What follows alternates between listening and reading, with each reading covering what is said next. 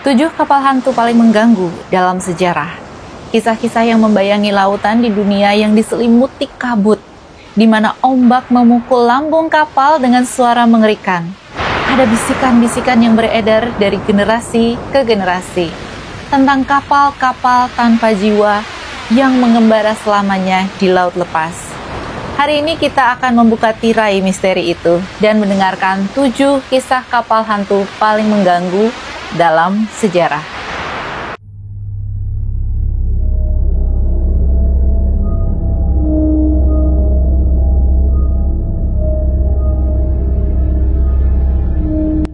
Hai Mars, hai Venus, apa kabar semuanya? Semoga semuanya selalu dalam keadaan yang sehat, and welcome back to Hokus Pokus, cerita-cerita bareng aku, Ivani.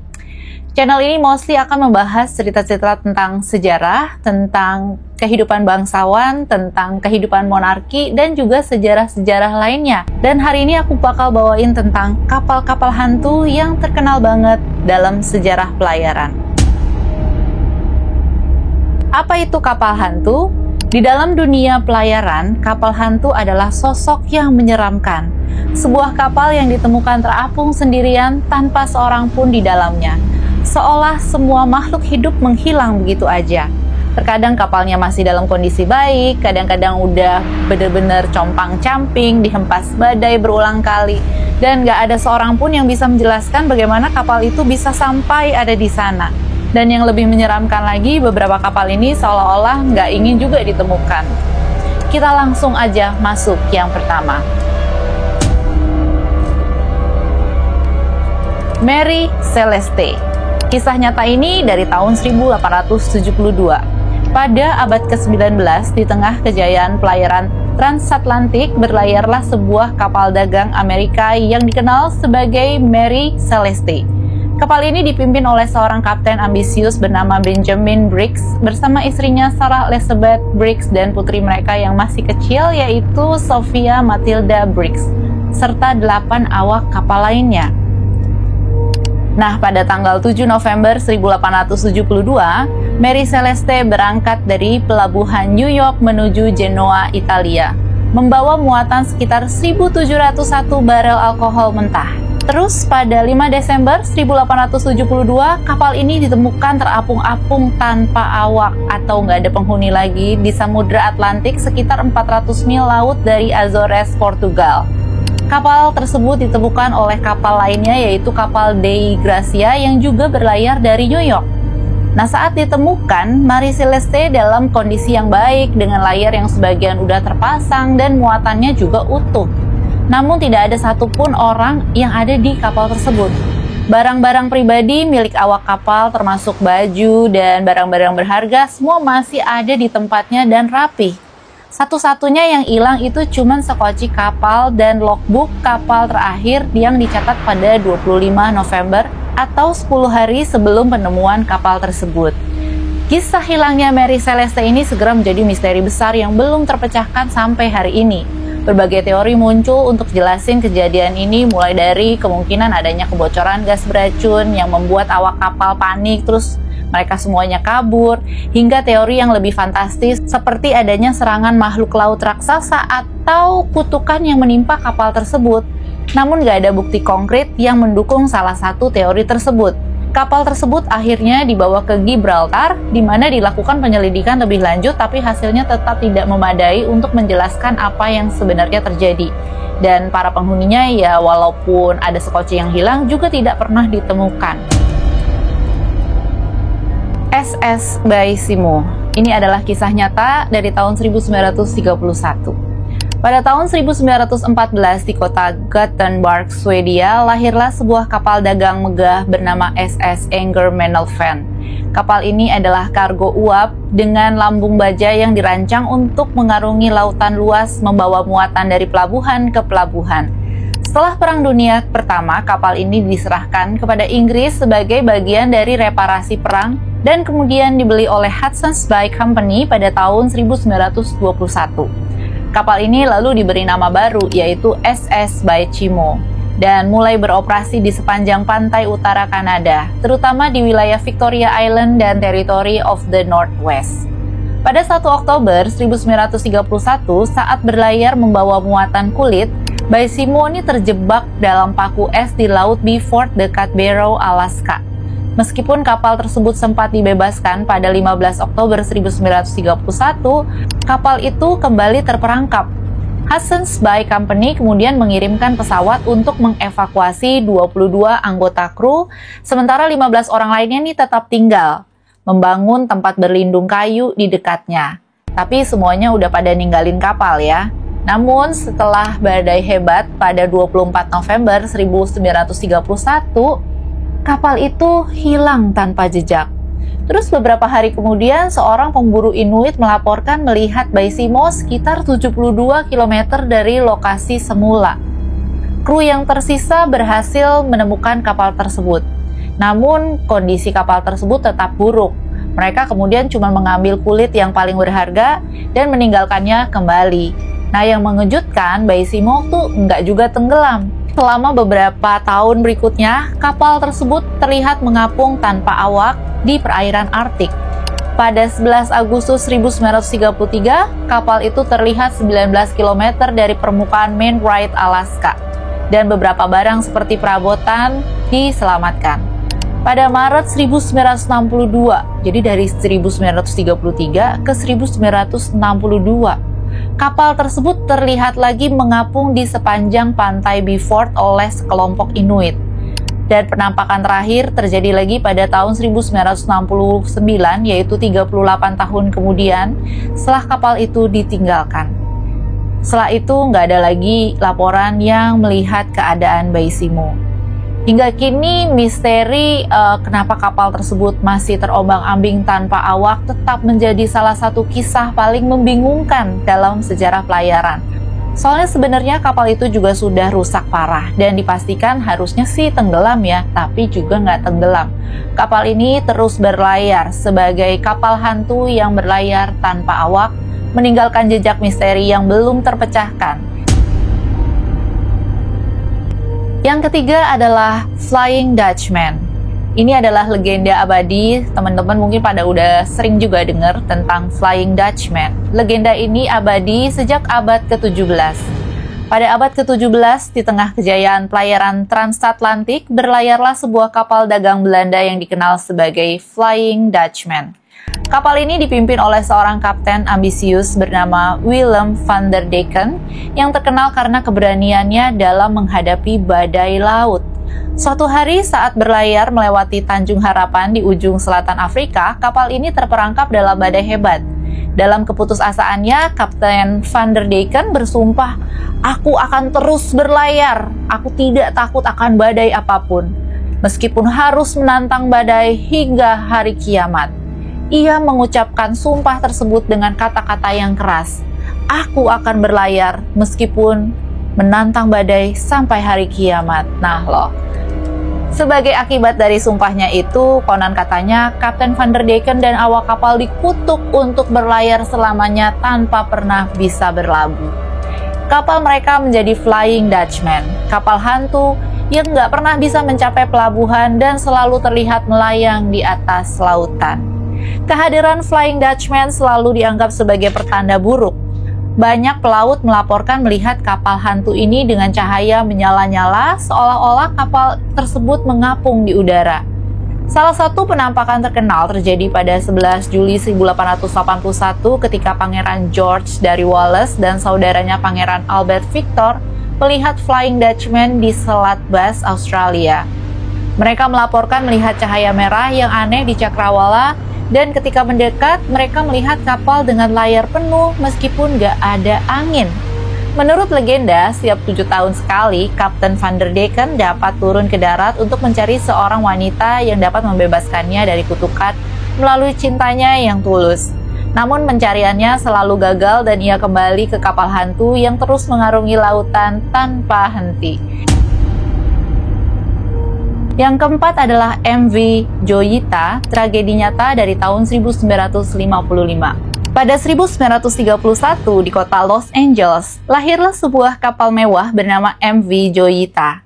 Kapal ini dibangun oleh Wilmington Boat Works untuk sutradara film terkenal Roland West yang menamainya untuk menghormati istrinya, artis Joel Carmen. Nama Joyita dalam bahasa Spanyol berarti permata kecil. Kapal ini awalnya digunakan untuk yah pribadi dan kemudian beralih fungsi menjadi kapal patroli milik Angkatan Laut US selama Perang Dunia Kedua.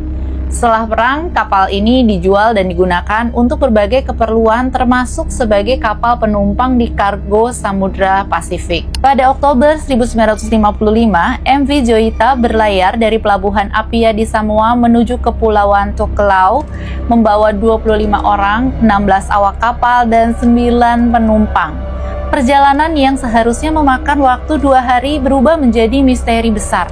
Kapal tersebut gak pernah sampai di tujuan dan hilang tanpa jejak. 5 minggu kemudian, pada 10 November 1555, kapal ditemukan terapung-apung sekitar 800 mil dari jalur pelayaran yang direncanakan. Kondisi kapal sangat memprihatinkan. Sebagian tenggelam dengan bagian dek miring ke bawah permukaan laut.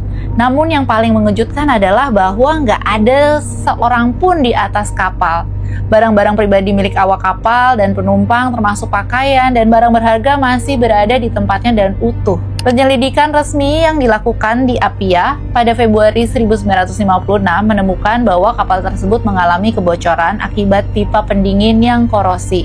Namun tidak ada penjelasan lagi yang memadai kenapa awak kapal dan para penumpangnya hilang. Beberapa teori terus muncul, mulai dari kemungkinan adanya serangan oleh bajak laut, kerusakan mesin yang parah, hingga penjelasan yang mistis-mistis. Hingga kini, misteri hilangnya awak kapal MV Joyita tetap menjadi salah satu kisah yang paling membingungkan dalam sejarah pelayaran. Kapal ini dikenal sebagai kapal hantu yang berlayar tanpa awak, meninggalkan jejak misteri yang sama juga dengan yang sebelumnya, belum bisa terpecahkan.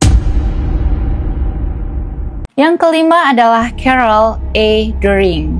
Pada tahun 1919 di kota Bath, Maine, lahirlah sebuah kapal dagang megah bernama Carol A. Deering. Kapal ini adalah schooner 5 tiang yang dirancang untuk mengarungi laut luas, membawa muatan dari pelabuhan ke pelabuhan.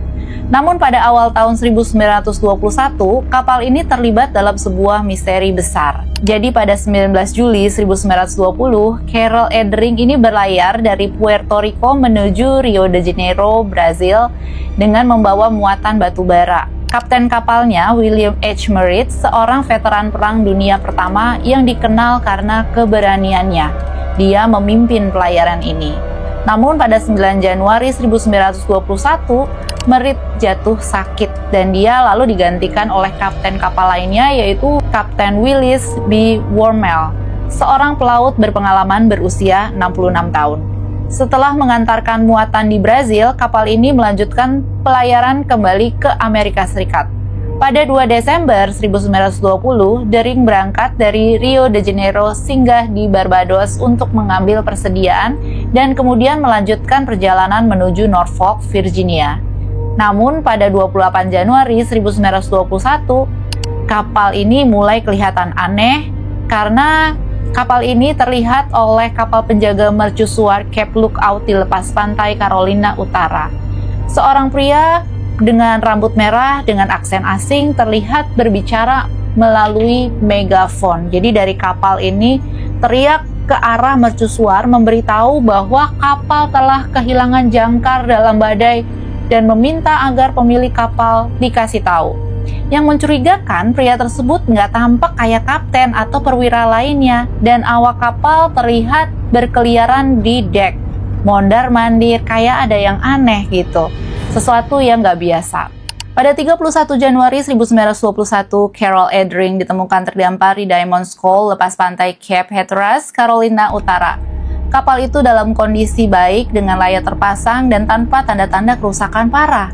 Namun yang paling mengejutkan adalah bahwa seluruh awak kapal termasuk kapten kapal Wormel, First Mate Charles McClellan, dan 10 kru lainnya kok malah nggak ada. Tidak ada tanda-tanda kekerasan atau perlawanan.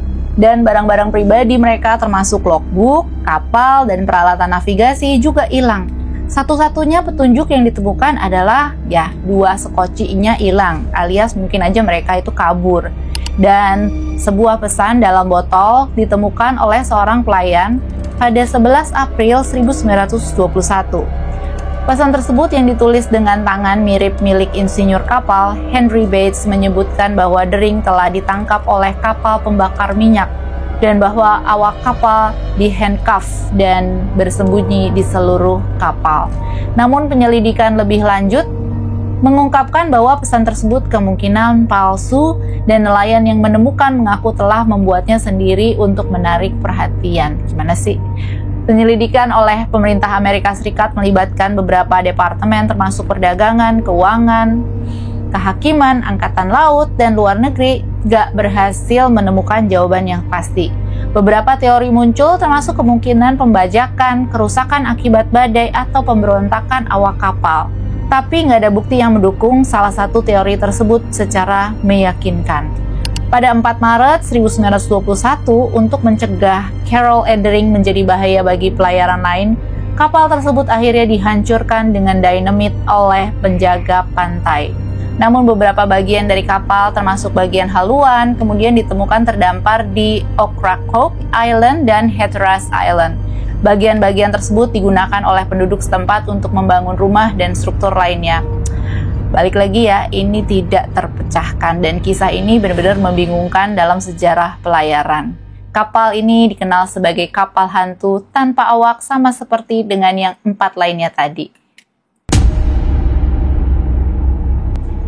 Yang keenam adalah SS Orang Medan. Orang Medan.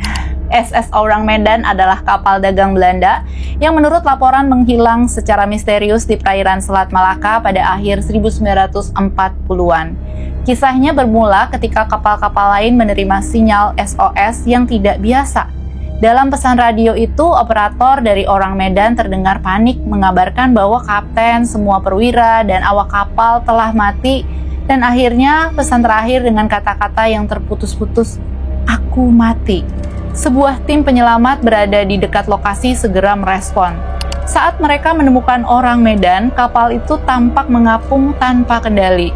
Ketika mereka naik ke atas, pemandangan yang mereka temukan benar-benar sangat mengagetkan dan mengejutkan. Seluruh kru kapal ditemukan sudah tewas dengan tubuh membeku dalam posisi aneh dan ekspresi ketakutan mengerikan di wajah mereka. Anehnya nggak ada tanda-tanda cedera fisik atau kekerasan pada tubuh korban. Tak lama setelah itu, saat upaya evakuasi sedang direncanakan, asap mulai keluar dari lambung kapal. Menyadari bahayanya, para penyelamat segera mundur. Sesaat kemudian, SS Orang Medan meledak dengan hebat dan tenggelam ke dasar laut hingga menghilangkan sebagian besar bukti fisik yang bisa menjelaskan apa sebenarnya yang terjadi sih.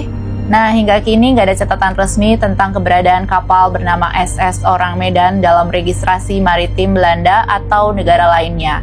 Hal ini memunculkan teori bahwa kapal tersebut mungkin terlibat dalam operasi rahasia, seperti penyelundupan zat berbahaya termasuk gas beracun seperti sianida, atau bahkan mungkin zat kimia sisa Perang Dunia Kedua. Ada juga teori lain seperti kebocoran karbon monoksida dari mesin kapal yang menyebabkan kematian massal. Namun tanpa bukti fisik yang tersisa, kisah Orang Medan tetap menjadi salah satu yang cuma jadi misteri yang cukup menyeramkan dan sangat kontroversial sampai hari ini. Kapal yang terakhir adalah Gianseng. Pada tahun 2006, di tengah kejayaan pelayaran internasional, berlayarlah sebuah kapal tanker yang dikenal sebagai Gianseng. Kapal ini ditemukan oleh pesawat pengawas Australia Coast Watch di Laut Arafura, sekitar 180 km barat daya Weipa, Queensland. Kapal tersebut mengapung tanpa awak, tanpa tanda pengenal, dan dengan tali penarik yang putus seolah-olah ditinggalkan begitu saja di tengah lautan luas.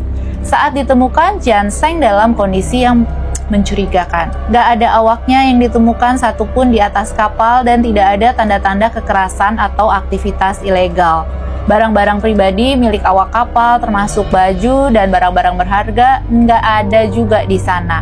Satu-satunya petunjuk yang ditemukan adalah muatan beras dalam jumlah besar yang menunjukkan bahwa kapal tersebut mungkin digunakan sebagai kapal suplai untuk kapal-kapal penangkap ikan di luar zona ekonomi eksklusif Australia. Namun yang paling mengejutkan adalah bahwa nggak ada tanda-tanda identitas kapal tersebut. Nama Ginseng itu dicat di sisi kapal, tapi tidak ada informasi lain yang dapat mengungkap asal-usul pemilik kapal. Kapal ini tampaknya telah dipersiapkan untuk dibawa ke tempat pembuangan dengan interior yang telah dibongkar dan mesin yang nggak dapat dipakai lagi. Pihak berwenang Australia melakukan penyelidikan lebih lanjut, tapi tidak berhasil menemukan sebenarnya pemilik kapal ini tuh siapa dan menjelaskan bagaimana kapal itu bisa berada di tengah laut tanpa awak.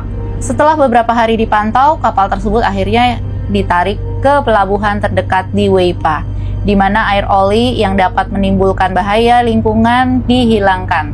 Karena tidak ada pemilik yang juga mengaku memiliki kapal Ginseng ini dan juga nggak ketemu juga pemiliknya siapa ya, maka kapal tersebut kemudian dibawa ke perairan dalam dan akhirnya ditenggelamkan pada 21 April 2006. Hingga kini, misteri hilangnya awak kapal Ginseng dan asal-usul kapal tersebut tetap menjadi salah satu kisah yang juga membingungkan dalam sejarah pelayaran. Kapal ini pun dikenal sebagai kapal hantu yang berlayar tanpa awak.